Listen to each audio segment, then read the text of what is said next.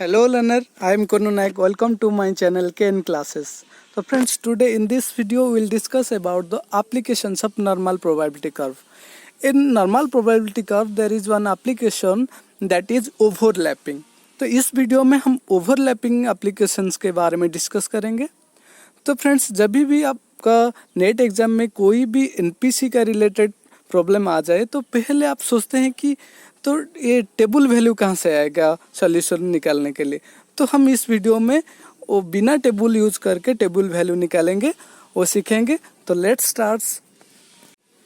So here applications of normal probability curve. There are 5 applications of normal probability curve. These 5 applications are very important for the UGC NET examination because इससे related बहुत बार question आ चुका है और आगे भी ये questions आएगा. तो इस वीडियो में हमारा मेन फोकस ये है कि ओवरलैपिंग एप्लीकेशंस का रिलेटेड क्वेश्चंस सॉल्व करेंगे. Okay. Before going to the overlapping applications, we should very clear about the how to find out table value in examinations. तो फ्रेंड्स, मेरे पास बहुत इजी सा टेक्निक है जो कि अप्लाई करके आप टेबल वैल्यू निकाल सकते हैं. तो टेबल वैल्यू के लिए आपको ये डायग्राम याद रखना पड़ेगा.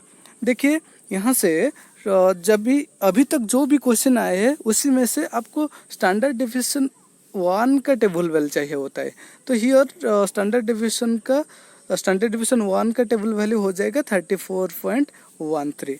सिमिलरली स्टैंडर्ड डिविएशन 2 का हो जाएगा 34.13 प्लस 13.59 हो जाएगा 47.72.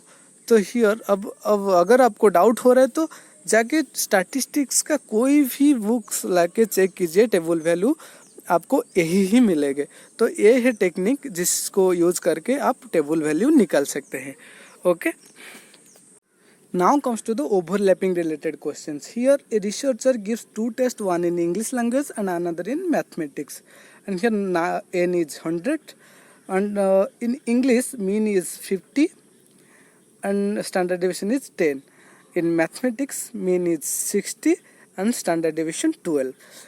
Here assume the curve for the two distribution overlapping. How many students, question क्या पूछा गया है कि how many students in English language are below the mean of those in mathematics. तो क्वेश्चन में ये पूछा गया है कि इंग्लिश लैंग्वेज स्टूडेंट्स कितने English language students mathematics mean से नीचे में है. Okay. So here how many students in English language below the mean of those in mathematics. जो मैथमेटिक्स का मीन है उसी में से नीचे में कितना इंग्लिश लैंग्वेज स्टूडेंट्स है. अभी आपको क्वेश्चन समझ में आ गया होगा. देखिए first draw the diagram. Overlapping का डायग्राम कुछ इस तरीके का होगा. देखिए here one diagram is one curve is overlapping another.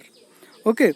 देखिए यहाँ पे जो क्वेश्चन पूछा गया है कि जो मैथमेटिक्स का मीन है, ये है मैथमेटिक्स का मीन, वो मैथमेटिक्स का मीन से नीचे कितने इंग्लिश लैंग्वेज का स्टूडेंट्स है. ये जो लाइन है इसी को हमको पता करना होगा. जैसे कि आप जानते हैं कि this part half of the curve is 50%. Here below the mean of English is 50%. Okay, this is 50%. So here we have to find out from the mean of the English language to the mean of mathematics. ये वाला हमको निकालना होगा. Okay. Now we have to find out this part. Okay. So here use z-score formula that z is equals to x minus mean divided by standard deviation. So here friends use mean of the mathematics as x. Okay, here x is 60 minus mean. here mean हो जाएगा English का mean 50. 60 minus 50 divided by standard deviation 10. Okay, 60 minus 50 is 10 and 10 divided by standard deviation 10 is ये हो जाएगा 1. Okay. तो अभी हमको table value का ज़रूरत है. तो एक का टेबल वैल्यू 1 का टेबल वैल्यू क्या हो जाएगा. देखिए comes to that slide that हाँ ये वाला स्लाइड में है कि जो एक का टेबल वैल्यू होता है ना वो हो जाएगा 34.13। ओके, 13 को छोड़िए, लेट्स टेक 34। तो 1 का टेबल वैल्यू हो जाएगा 34।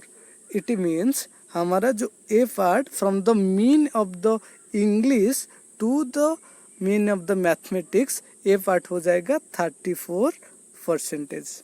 ओके, से अभी हमको ए पार्ट मिल गया 34%।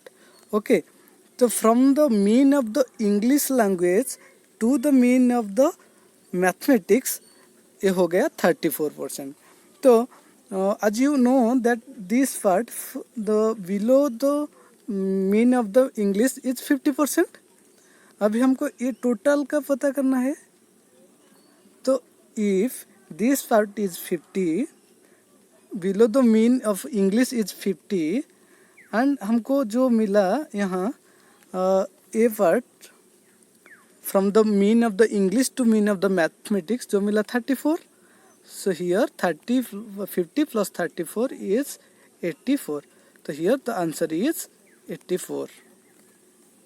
answer is 84।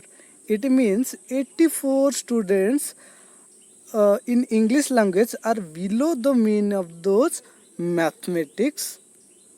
okay, so friends, this is all about the problem related to overlapping part in normal probability curve। if this video is good for you, then like this video and subscribe my channel for getting more updates। thank you।